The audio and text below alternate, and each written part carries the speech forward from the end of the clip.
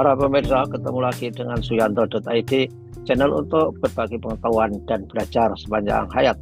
Nah, kali ini apa yang akan kita pelajari bersama? Kita bersama narasumber istimewa kita, yaitu Dr. Rahma Kusumawardhani, ahli gizi klinik dari Rumah Sakit Jogja International Hospital dan Rumah Sakit Akademik Universitas Gadjah Mada.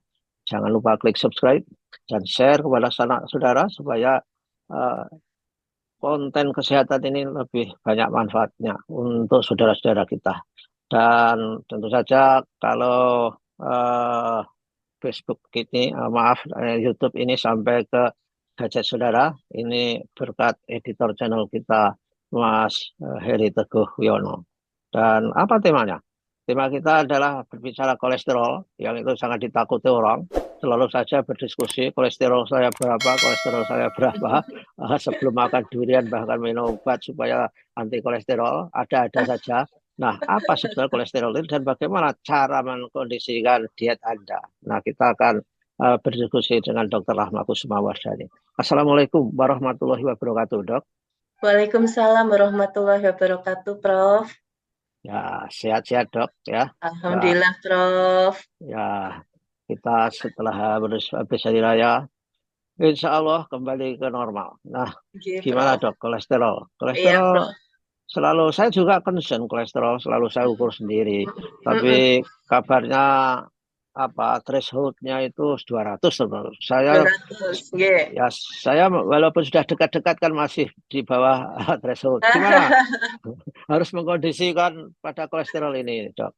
Nggih, siap, Prof. Ya, setelah Lebaran kemarin ya, Prof ya, Ya, makanannya biasanya kita terus yang, aduh, kemarin banyak makan apa opor ayam, gulai, rendang gitu ya. Biasanya kita harus jadi khawatir kolesterolnya tinggi kan seperti itu ya, Prof ya. ya, ya, Kolesterolnya naik.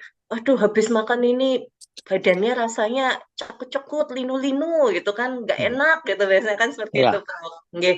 Tapi sebetulnya kolesterol itu apa?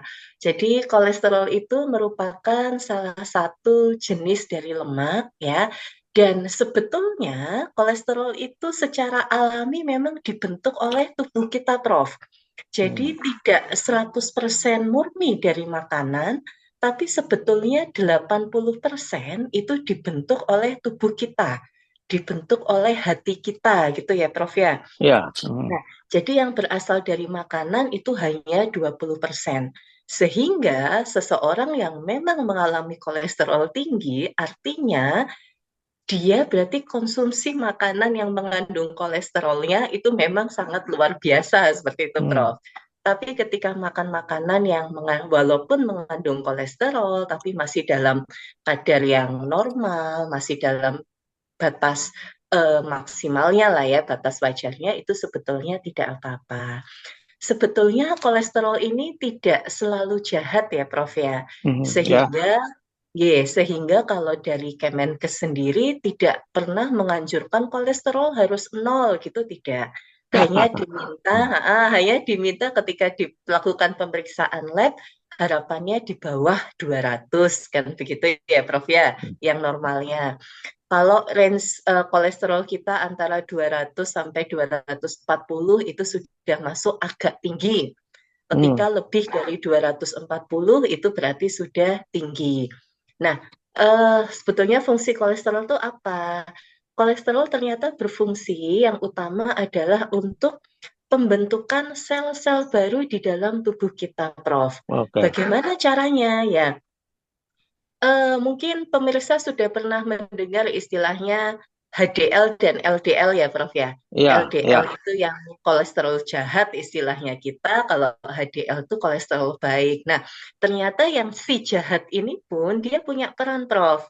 hmm, ya, LDL itu nanti akan mengantarkan atau akan membawa kolesterol ke bagian-bagian tubuh yang membutuhkan pembentukan sel baru, pembentukan hormon-hormon tubuh kita, itu semuanya butuh kolesterol. Nah, setelah LDL mengantarkan kolesterol ke sel yang membutuhkan, kelebihannya ini harusnya akan dikembalikan ke hati kita, Prof, ke liver Hmm. gitu ya. Nah, Ya. yang bertugas untuk membawa atau mengembalikan kolesterol ke liver itu adalah HDL atau kolesterol baik. Oh, ya, ya, ya, ya. Sehingga kalau LDL-nya tinggi, tapi HDL-nya rendah, apa yang terjadi? Kolesterolnya itu nyangkut, lemak-lemaknya Nyangkut. itu nyangkut di pembuluh darah itu, Prof. Hmm. Nggih. Ya, ya, Jadi ya. si HDL ini kalau dia cuma sedikit, ibaratnya dia mau menarik lemak-lemak yang di pembuluh darah itu kan kurang ya, Prof ya. Nah, Iya, jadi iya. kita harus meningkatkan HDL, kita harus menurunkan LDL-nya, begitu, Prof. Oh, Dok. Sebetulnya kolesterol tinggi itu tidak menimbulkan gejala, nggih, Prof. Mm-mm. Nah, Dok, kalau LDL-nya itu nyangkut di mana-mana, itu artinya HDL itu harus Mm-mm. menjemput untuk pulang. Ayo Iya, pulang ke hati. Hepar iya itu, ke betul hepar. Prof. Hmm. Iya betul, betul sekali Prof. Itulah ketika dari hasil pemeriksaan laboratorium, kalau kita lihat kolesterolnya tinggi, kita lihat dulu yang tinggi apa nih? Kalau memang yang tinggi, katakanlah HDL-nya mungkin dia melebihi nilai atasnya, nggak masalah. Tapi kalau kolesterol totalnya tinggi dan yang tinggi memang LDL-nya, nah itu yang harus segera diobati ya. Nah, Apakah, itu Dok, tadi Prof, sebetulnya. apakah ada perbandingan antara LDL dan HDL supaya tetap dalam keadaan yang seimbang itu, Dok? Gimana Ya, itu mengukurnya? ya betul Prof. Kalau idealnya pastinya ya seimbang ya Prof ya. Kalau Iya, idealnya tapi kalau dari pemeriksaan beberapa hasil lab paling enggak satu lebih dikit itu masih tidak masalah Prof. Yang penting jangan sampai kelebihan banget di mana LDL-nya yang jauh lebih tinggi dibandingkan HDL tuh yang jangan sampai. Ya, iya, jadi intinya kita tetap memerlukan dua-duanya walaupun istilahnya jahat gitu ya Prof ya, iya, kok iya. jahat kok dipelihara kan kayak gitu ya Prof ya. Heeh. Ya. Tapi kita tetap butuh itu tadi. Nah, kolesterol tinggi itu tidak menimbulkan gejala Prof di dalam Hmm. tubuh kita ya. Iya. Yang menyebabkan timbul gejala adalah ketika kolesterol tinggi ini sudah mulai menyusupi atau mulai menumpuk di pembuluh-pembuluh darah kita Prof. Itu Oh, yang baru mulai ya, ada ya. gejalanya ya. Hmm. Jadi biasanya keluhannya apa? Nah, tergantung lokasi tempat penumpukan lemaknya di mana. Kalau Hmm. lokasinya istilahnya mungkin di pembuluh darah yang menuju otak, kok lehernya rasanya nggak enak, Iya. kepalanya rasanya kok sakit.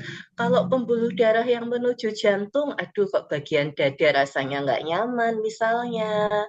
Kalau di pembuluh darah kecil, di jari misalnya kok tangannya kesemutan, geringgingen, nah seperti itu harus mulai waspada, harus mulai dicek. Karena apa? Ketika sudah terjadi penumpukan, kalau kita biarkan saja, apalagi kemudian sampai menumpuk dan menyumbat ya Prof ya, kan yang bahaya Mhm. kan kalau Hmm. menyumbat ya. Nah, efeknya apa? Kalau menyumbatnya di pembuluh darah di otak, jadilah stroke. Kalau Wah, penyumbatnya di pembuluh darah menuju jantung, ya artinya nanti akan terkena serangan jantung. Seperti itu, Prof. ya Nggih. mudah-mudahan numpuknya di daerah yang tidak penting, Dok. Misalnya di Iya, kaki, misalnya. iya. Ya, lebih bagus lagi kalau tidak terjadi penumpukan ya, Prof ya. Itu lebih Nah, bagus lagi, nggih. ya, ya, Jadi ya, intinya ya, memang betul-betul ya, sehat. ya. Nah, Dan menurut mm-mm, saya untuk mm-mm, meningkatkan HDL itu nggak gampang, Dok. Saya itu iya, selalu kan minimum 40. Saya berada di 50 misalkan saja. Untuk iya, mencoba naik itu susah sekali. Katanya betul. kan Iya, harus olahraga itu, Dok. Iya iya, kan? betul, Prof. Jadi salah satu cara yang bisa membantu untuk menurunkan kolesterol, dalam hal ini terutama untuk LDL-nya, kemudian membantu untuk meningkatkan HDL-nya, itu memang olahraga, Prof. Olahraga rutin, olahraga teratur, ya. Hmm. Kemudian yang utama lagi pastinya memang kita ya seperti biasa ya, Prof ya mengatur pola makan, Prof. Itu tetap yang Iya, ya. utama.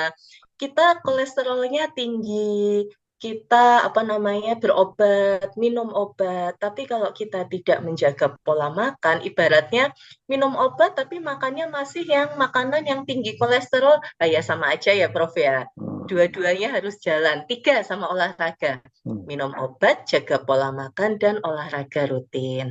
Pola Dok, kalau makannya, gaya hidup bisa nggak mempengaruhi kolesterol? Misalkan Oh, suka stres mm-mm. misalnya saja. Wah, Bisa. sangat Prof. Stres bisa sangat mempengaruhi Prof ya. Jadi ketika kita stres, tubuh kan artinya sebetulnya membutuhkan energi yang membutuhkan ekstra energi ya. Hmm. Nah, ekstra energi itu didapat dari mana? Salah satunya dengan memecah lemak yang ada di dalam tubuh kita. Nah, ketika lemak dipecah, otomatis nanti biasanya kalau dalam kondisi yang tidak baik ya Prof ya, entah Ya. kolesterolnya yang jadi tinggi atau trigliseridnya yang jadi tinggi seperti itu. Nah, itulah fungsinya kita tetap mengatur pola makan, kita fungsinya untuk olahraga gitu, Prof. Nah, untuk pola makannya pastinya meminimalkan ya, pasti pola makan seimbang yang sudah sering saya Ya, ya, ceritakan. ya. Kemudian yang utama adalah membatasi konsumsi makanan-makanan yang tinggi kolesterol ya, Hmm. terutama yang lemak-lemak, gorengan, tepung dan gula itu ternyata juga bisa mempengaruhi Hmm. terjadinya kolesterol ya Prof ya. Ya. Oke, kemudian jangan lupa cukup konsumsi serat. Usahakan setiap kali makan itu selalu ada sayur dan buah ya, itu Hmm. wajib. Karena ketika kita konsumsi cukup sayur dan buah itu akan membantu mengikat lemak, kolesterol yang ada di dalam makanan yang kita konsumsi. Kemudian meningkatkan makanan yang tinggi omega 3 ya atau asam lemak yang baik, Prof. Terutama sumber utamanya kalau di Indonesia yang paling gampang dari ikan. Itu tuh yang Ya, sudah paling bagus ya. itu, Prof. Kalau aduh sulit atau tidak suka makan ikan, konsumsi minyak ikan misalnya itu boleh. Minyak zaitun boleh. Hmm. Atau kalau buah itu yang paling oke itu dari alpukat, Prof. Itu asam Hmm. lemaknya bagus sekali gitu, Prof. Dok, Mm-mm. minyak zaitun saya Mm-mm. setiap hari hampir 1 sendok saya belikan di salad ya. Itu Iya, bagus untuk meningkatkan HDL atau menurunkan LDL, dok. dua-duanya, Prof. Jadi apa namanya ketika HDL naik, artinya biasanya nanti mesti LDL-nya juga akan turun, Prof. Ya, Oh, jadi minyak ya. zaitun, minyak ikan itu semuanya bagus sekali. Nah, Jadi, ya, gimana, Prof? jadi penting buah-buahan dan sayur. Jadi orang Mm-mm. mempunyai mitos kalau habis makan lemak itu terus minum jeruk nipis sak gelas. Itu kan apa ya? Itu mitos ya. Dikiranya lemaknya langsung Iya, hilang. iya, Prof.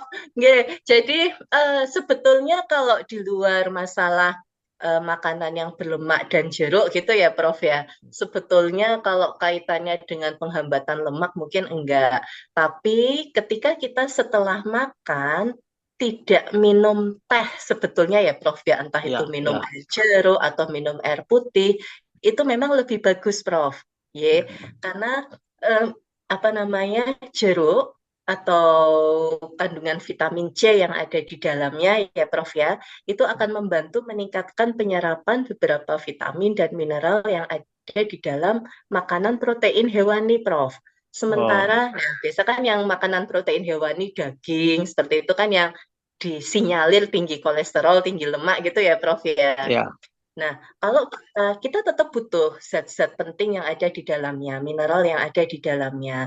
Ketika kita minum air jeruk, entah itu air jeruk nipis atau air jeruk manis biasa, itu justru sebetulnya akan bagus, Prof, untuk meningkatkan penyerapan vitamin dan mineralnya. Tapi Kalau kalau kita anu dok, minum teh, itu itu juga, malah akan dibuang. ya, itu kan juga ada di samping nipis itu lemon. Kemudian Iya, orang menggabungkan lemon tea. Wah, lemon itu ya. Sama aja, masih tetap ada tehnya ya, Prof ya. iya. Ya. Nah, kemudian sama ini Prof, yang mungkin sedikit salah adalah bahwa eh, biasanya kan orang yang tadi di awal Prof sampaikan gitu ya, makan durian nanti kolesterolnya tinggi seperti itu. Nah, Ya. sebetulnya kandungan kolesterol itu hanya ada pada makanan hewani sebetulnya Prof. Nggih. Ya, jadi seperti di daging, ayam, telur misalnya, seperti itu tuh yang ada kandungan kolesterolnya. Tapi di dalam tumbuhan itu memang ada kandungan asam lemaknya, Prof. Ya. Mhm. Nah, yang bisa menyebabkan terjadi peningkatan kolesterol di dalam tubuh kita ketika kita banyak mengkonsumsi asam lemak yang jelek, Prof. Asam lemak Mhm. yang saturated atau asam lemak trans misalnya. Nah, Mhm. itu yang akan menyebabkan kolesterol kita di dalam tubuh menjadi meningkat karena Mhm.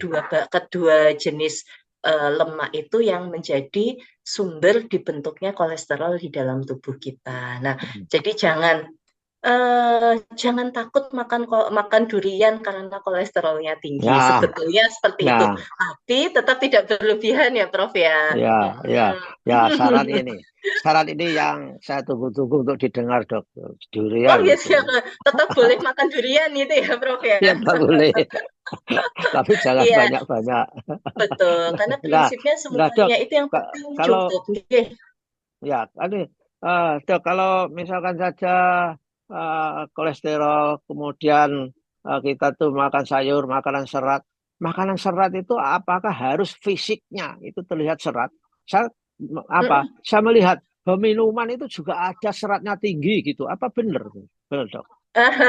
Iya, Prof. Jadi serat itu sebetulnya ada dua macam, Prof. Nah, Ada istilahnya serat yang larut air dan ada yang namanya serat yang tidak larut air. hmm, Serat yang tidak larut air ya mungkin kalau kita paling mudah kita melihatnya di sayur-sayuran yang ada apa namanya batangnya di daunnya tuh ya Prof ya. ya, Itu ya, seperti bayam, singkong, kangkung kan seperti itu kan kelihatan ya ya. serat-seratnya itu. Nah, itu Hmm. adalah jenis serat yang tidak larut. Kemudian memang ada jenis serat yang larut air yang memang istilahnya tidak tidak tampak oleh mata gitu ya Prof ya. Gitu. Oh, Nah, ya, ya, jadi memang bisa Prof. ya. Karena saya fanatik, Dok. Serat itu harus ada wujud fisik, sehingga Terus wujud kalau fisik. saya makan, kalau saya makan ketemu bumbunya laos itu, nggak saya buang, Dok. Saya kunyah dan itu enak menurut saya. Saya telan, wah ini Waduh. seratnya banyak. Apa itu termasuk serat nggak itu Oh yang iya, ampas iya, Prof laos itu? ya. Iya, Prof. Ya, tapi sebetulnya mungkin kalau laos atau rempah-rempah yang lain kita memang bukan mengambil seratnya, Prof. Sebetulnya kita lebih mengambil fungsinya sebagai Oh, antioksidan misalnya, ya, ya. antiinflamasinya misalnya. Tapi kalau untuk seratnya sih enggak, karena kalau untuk kebutuhan serat kita ya memang harus kita makan, Prof. Harus kita Oh, telan begitu. oh, Harus oh. masuk ke dalam lambung kita supaya dia bisa bermanfaat sesuai dengan fungsinya gitu, Prof. Ya Jadi kalau kalau nanti Prof misalnya ketemu laos gitu ya kok pengen dapat seratnya ya laosnya harus dimakan, Prof. iya ya saya selalu, Dok, itu karena Oh enak gitu. buat saya. Laos itu ketika ya Laos, jahe itu selalu samakan di Oh bumbu-bumbu gitu. itu. Hmm. Ah ya, Prof. Dan Baik, Dok, Prof. sekarang untuk Mm-mm. memperoleh serat, Apple itu kan terkenal seratnya tinggi. Tapi ada orang yang Apple itu di jus. Kalau saya dengar Tinggi. itu saya selalu mengatakan, apa kamu sudah nggak punya gigi? Apel harus di jus. Ini bagus mana di jus dan tidak? Oh ya, baik Prof ya. Pada prinsipnya sebetulnya bisa dikatakan semua bahan makanan, terutama dalam hal ini sayuran dan buah-buahan, itu paling ideal, paling bagus dikonsumsi dalam wujud aslinya ya Prof ya. Ya, ya, ya, Oke, ya, jadi tidak dipotong, tidak dijus, tidak diulek kayak gitu misalnya ya Prof ya. Tapi ya, ya, memang ya. dalam wujud aslinya dan bahkan ya itu tadi kalau memang bisa dimakan secara raw atau mentah supaya kita tidak menghilangkan kandungan gizi optimal yang terkandung di dalamnya gitu Prof. Jadi Oke. kalau antara di jus atau dimakan langsung ya pasti lebih bagus kalau dimakan langsung. Ya Hmm. katakanlah tapi memang ada Prof orang-orang yang tidak bisa atau mungkin memang tidak mau atau kesulitan entah apapun itu memang untuk makan buah atau sayur secara langsung tidak bisa gitu ya Prof ya. Saya tetap Hmm. menganjurkan oke lah misalnya mau di jus itu tetap lebih bagus daripada tidak makan sama sekali ya Prof ya. Ya, Oke, ya dok. istilahnya kalau Itu ada pilihan misalnya ya, tidak makan atau di jus ya sudah di jus saja boleh. Tapi memang tetap lebih baik adalah ketika dikonsumsi secara utuh. Tapi saya ya, tetap pesan kalau bisa sebaiknya ampas-ampasnya pun tetap dimakan ya, karena justru sebetulnya kandungan gizinya tetap ada di situ. Kalau kita cuma minum airnya, kan sebetulnya lebih dominan ke ya. airnya saja, seperti itu, Prof. Nah, itu kan harusnya ngomongnya gini, Dok. Apel, Gimana, sayuran Prof? itu di jus itu lebih baik, tapi belum baik kan gitu. Iya, betul. Bahkan lebih baik daripada tidak sama Ya, sekali, tidak sama Prof. sekali, tapi belum baik. Nah, oke Iya, lah. betul. Oke lah, Dok. Iya, Saya kira betul, Prof. ya sudah. Ada pesan yang perlu disampaikan lagi, Dok, sebelum kita berpisah ini tentang makanan Baik. kolesterol. Nah, Kolesterol baik, siap Prof, terima kasih. Ya, jadi setiap bahan makanan yang masuk ke dalam tubuh kita itu semuanya pasti mengandung manfaat. Baik itu kolesterol, kemudian asam lemak baik atau asam lemak yang kurang baik sebutlah ya, yang asam lemak saturated atau yang trans, semuanya pasti memiliki fungsinya. Kolesterol pun di dalam tubuh kita memiliki fungsi, memiliki peran yang sangat luar biasa untuk pembentukan sel-sel yang baru, untuk membentuk hormon-hormon di dalam tubuh kita. Yang utama adalah bagaimana kita bisa mengatur jumlah, mengatur porsi makanan yang bisa masuk ke dalam tubuh kita, sehingga tidak terjadi kelebihan, sehingga tidak terjadi over di dalam tubuh kita, sehingga yang nantinya akan menimbulkan keluhan. Kira-kira seperti itu, Prof. ya oke. Terima kasih, Dok, para pemirsa. Ini kuncinya memang tidak boleh berlebihan. Iya, Untuk seimbang itu nyatanya mudah dikatakan tapi sulit untuk dilaksanakan itu. Ya, itu. betul, Ya, Prof. ya terima kasih, Dok, dan insya Allah kita ketemu lagi 2 minggu yang akan datang dan akan membicarakan yang akan datang bagaimana orang kalau sakit jantung itu apa yang harus dilakukan dalam pola makan. Terima kasih, Dok. Wassalamualaikum warahmatullahi wabarakatuh. Waalaikumsalam warahmatullahi wabarakatuh.